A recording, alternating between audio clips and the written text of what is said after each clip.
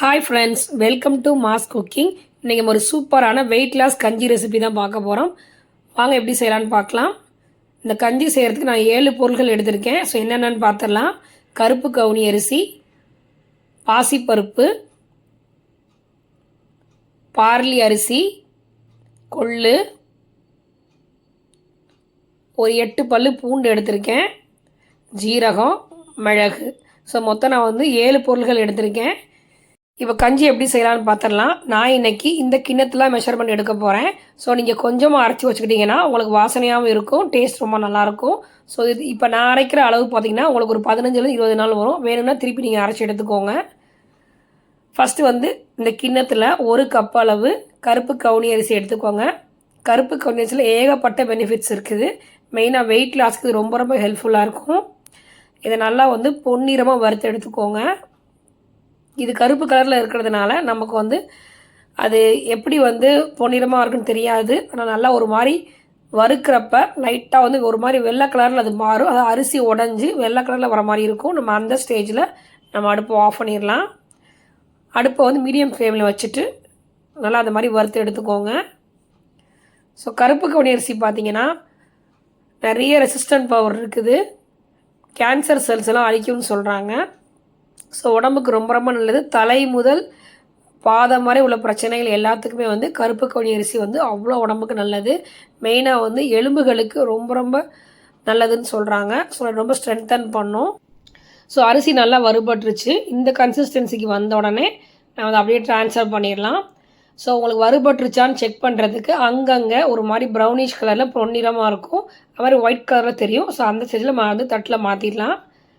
Next நம்ம பார்த்திங்கன்னா நம்ம எந்த கப்பில் கருப்பு கவுனி அரிசி எடுத்தோமோ அதே கப் அளவு பாசிப்பருப்பு எடுத்துக்கோங்க. ஸோ பாசிப்பருப்பில் ஏகப்பட்ட ப்ரோட்டீன்ஸ் இருக்குது. அடுப்பை நல்லா மீடியம் ஃப்ளேமில் வச்சுட்டு நல்லா பொன்னிறமாக வாசனை அளவுக்கு நல்லா வறுத்து எடுத்துக்கோங்க. பாசிப்பருப்பு உடம்புக்கு நல்லா குளிர்ச்சி தரும். ஸோ உங்களுக்கு ஹீட்டு நல்லா பேலன்ஸ் பண்ணி கொடுக்கும். அடுத்ததாக பார்த்தீங்கன்னா அதே கப் அளவு 1 கப்பு கொள்ளு எடுத்துக்கோங்க. கொள்ளுக்கு ஒரு பழமொழி சொல்லுவாங்க, இளைச்சவனுக்கு எள்ளு கொளுத்தவனுக்கு கொள்ளு. அதாவது உடம்பு ஒல்லி ஆகிறதுக்கு கொள்ளு சாப்பிடணும்னு சொல்லுவாங்க. கொள்ளில் ஏகப்பட்ட ஃபைபர் இருக்குது. ஸோ அதை நல்லா பொன்னிறமாக வறுத்து எடுத்துக்கோங்க.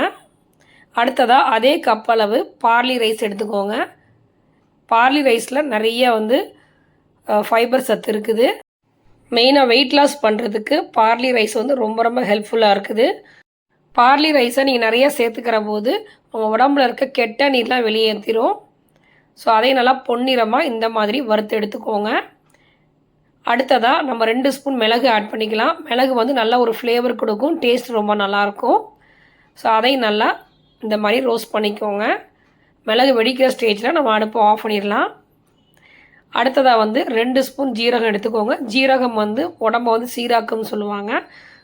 ஸோ அதையும் பொன்னிறமாக இந்த மாதிரி வறுத்து எடுத்துக்கோங்க. கடைசியாக நம்ம இதில் ஒரு 10 பல்லு பூண்டை பொடியாக கட் பண்ணி வச்சுருக்கோம். ஸோ அதையும் இதில் சேர்த்துக்க போகிறோம். எல்லாமே ட்ரை ரோஸ்ட் தான் போகணும், எதுவுமே ஆயில் யூஸ் பண்ணக்கூடாது. அதையும் கடாயில் போட்டு நல்லா ட்ரை ரோஸ்ட் பண்ணி பொன்னிறமாக வறுத்து எடுத்துக்கோங்க. ஸோ பூண்டில் ஏகப்பட்ட பெனிஃபிட்ஸ் இருக்குது. பூண்டு கேஸ்ட்ரிக் ட்ரபிளை சரி பண்ணணும், மெயினாக ரெசிஸ்டன்ட் பவரை ஜாஸ்தி ஆக்கும். ஸோ இந்த மாதிரி பொன்னிறமாக வந்தவொடனே எல்லாத்தையும் தட்டுக்கு ட்ரான்ஸ்ஃபர் பண்ணிவிட்டு நல்லா ஃபேன் காற்றுல இந்த மாதிரி ஆற வச்சுருங்க. இது நல்லா ஆறினவுடனே நம்ம மிக்சியில் அரைச்சிடலாம். கொஞ்சம் குவான்டிட்டியாக போட்டிருக்கனால நம்ம மிக்சியிலே அரைச்சிக்கலாம். நீங்கள் நிறைய போட்டிங்கன்னா மெஷினில் அரைச்சிக்கோங்க. ஸோ கொஞ்சமாக அரைக்கிறதுனால தான் உங்களுக்கு நல்லா வாசனையாகவும் இருக்கும், ஃப்ரெஷ்ஷாகவும் இருக்கும். ஆனால் நீங்கள் இந்த மாவே போதும் உங்களுக்கு ஒரு 15 20 நாளைக்கு கண்டிப்பாக வரும். ஸோ நல்லா மிக்சியில் போட்டு நல்லா நைஸாக அரைச்சி எடுத்துக்கோங்க. இதில் உப்பு எதுவுமே ஆட் பண்ண வேண்டாம். நீங்கள் கஞ்சி கிண்டுறப்ப உப்பு போட்டு நீங்கள் கிண்டினா போதும். அவ்வளோதான், நம்முடைய சூப்பரான வெயிட் லாஸ் கஞ்சி ரெசிபி ரெடி ஆகிடுச்சு. இதை டெய்லி மார்னிங் நீங்கள் இதை குடிச்சிட்டு வந்தீங்கன்னா வெயிட் லாஸ்க்கு கண்டிப்பாக உங்களுக்கு ஹெல்ப்ஃபுல்லாக இருக்கும். இதை எப்படி இந்த கஞ்சி கிண்டுறது அப்படின்றத நான் நெக்ஸ்ட் வீடியோவில் உங்களுக்காண்டி அப்லோட் பண்ணுறேன்.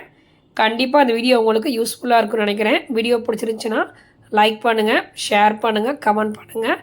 மறக்காமல் மாஸ் குக்கிங்க்கு சப்ஸ்கிரைப் பண்ணுங்கள், பெல் ஐக்கானை கிளிக் பண்ணுங்கள். Bye friends.